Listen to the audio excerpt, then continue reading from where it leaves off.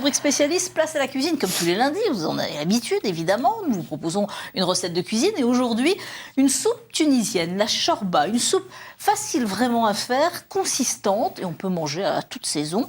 Une recette que va nous expliquer justement Lilia Benmelal. Bonjour. Bonjour. Vous êtes gérante du restaurant Mille et une graines à Reims. Alors je disais facile à faire et consistante, mais c'est vrai qu'on peut la manger toutes les saisons. Le printemps, là, vraiment, c'est assez frais même. Tout à fait. On peut la manger chaude ou tiède. Oui. On peut la déguster aussi bien en été, à l'automne et au printemps. Donc elle s'accompagne à toutes les saisons. Elle peut être présentée en plat principal ou accompagnée de briques, de légumes grillés, en salade.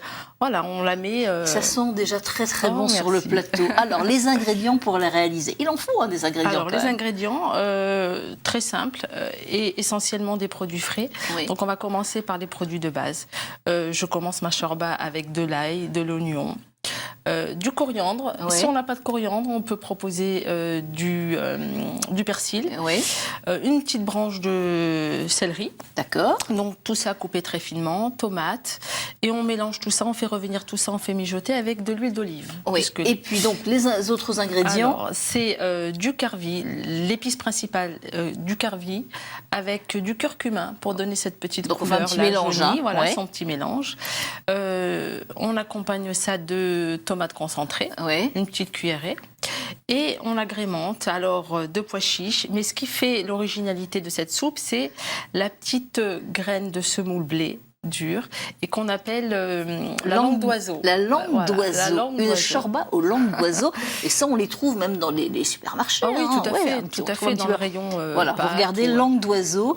Et voilà, ce sont des petites pâtes, semoule, un petit peu de pâte, voilà, que l'on met dans la soupe.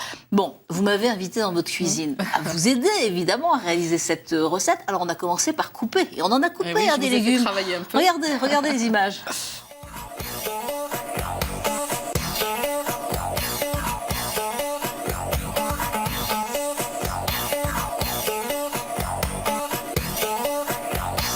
Donc on a les tomates, les oignons, céleri, ail et persil et on va rajouter un petit peu d'huile d'olive. De l'huile d'olive. Alors, 2 bonnes cuillerées quand même. 2 bonnes cuillères, oui. Voilà.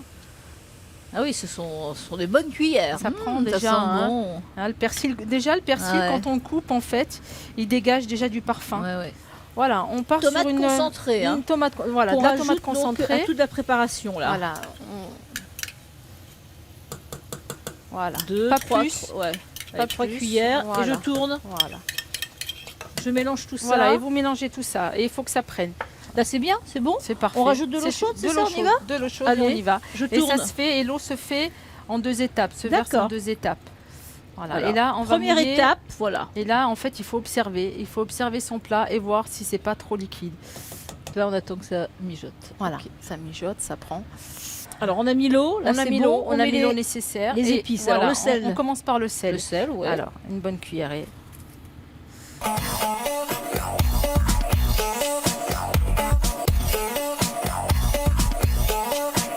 Voilà, ça bout, c'est bon. On va rajouter tout de suite la semoule. C'est la langue. C'est la langue d'oiseau. Voilà. Une cuillère, c'est ça ? On commence par une cuillère. Allez. On commence par une cuillère. Voilà. Et maintenant, on rajoute donc les pois chiches. Voilà. Bon, alors ils sont trempés, les pois chiches, cuits déjà. Tout à fait. Et on les rajoute. On les rajoute. Dans la soupe, on y va ? On y va. On se lance. On se lance. Voilà.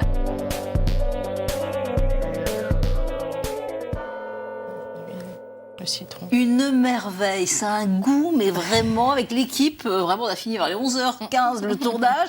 On a tous mangé vraiment une soupe et je peux vous dire, c'était excellent. Parce qu'à 11h15, on ne mange pas de soupe d'habitude, mais là, on l'a bien mangé. C'était un moment vraiment, c'était très très bon, ça sent bon. Alors, on peut agrémenter aussi cette soupe-là. On a mis juste vraiment tous ces légumes, évidemment. On a vu que c'était bien frais, ces langues d'oiseaux. Mais on peut mettre aussi, par exemple, du poisson. Bien sûr.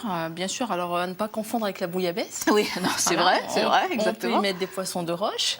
On peut y mettre aussi des protéines, un peu de viande d'agneau ou du poulet. En fait, chaque famille va avoir sa petite recette en réalité. Et puis on peut changer comme ça. Voilà, on se laisse une marge de liberté.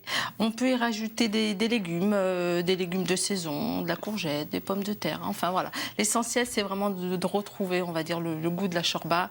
Et ça va être grâce aux épices. Mais chacun va prendre, voilà. Et froide, ça doit être bon aussi. Elle est très agréable. Très agréable, même fraîche. Oui, vraiment, elle est très là, agréable. Printemps, essayez, ou cet été en tous les cas. C'est la soupe qui est servie généralement pour le ramadan aussi, parce qu'elle est consistante. Elle est consistante et elle n'agresse pas le corps. Puisqu'on s'est quand même privé toute la journée d'alimentation. Et donc, il ne s'agit pas de se faire du mal. Et on commence en douceur. On commence par une shorba tiède ou chaude, accompagnée d'autres mets.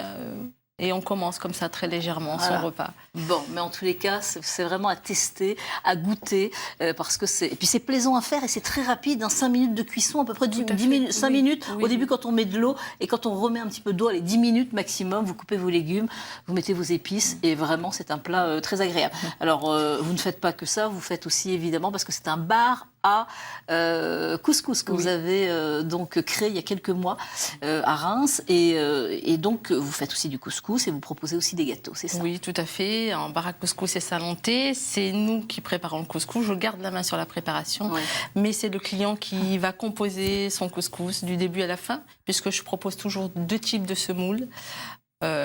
Et voilà, on a voulu épurer, étoffer. Bon, et puis les petits gâteaux, on me dit en régie, et les cornes de gazelle. Mais oui, il y a des cornes de gazelle aussi, évidemment. Évidemment.